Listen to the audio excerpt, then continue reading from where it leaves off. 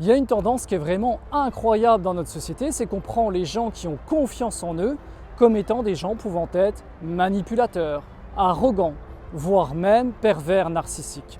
Parce que ce comportement est étranger, parce que ce comportement dérange et rappelle les autres qui n'ont pas réussi à effectuer ce travail à leur place. Et donc ces personnes qui n'ont pas réussi à atteindre ce niveau voudraient que les gens qui soient plus hauts se cassent aussi la gueule, montrent aussi une certaine timidité, une non-prise de risque, rester dans sa zone de confort et ne rien faire de sa vie.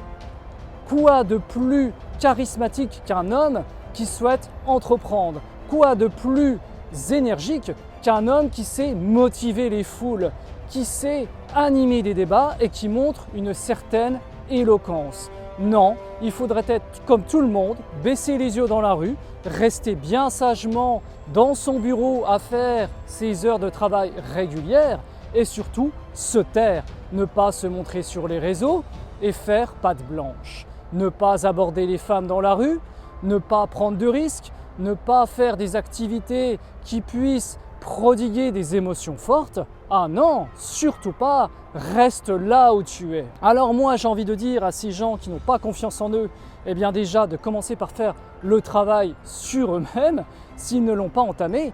Et si ça a échoué, ce n'est pas une raison pour demander aux autres qui ont réussi à s'abaisser à leur niveau. C'est un peu comme si tu demandais aux riches qui ont accumulé toute cette richesse par leur travail de devenir smicards, de devenir pauvres parce qu'il faut faire preuve de solidarité.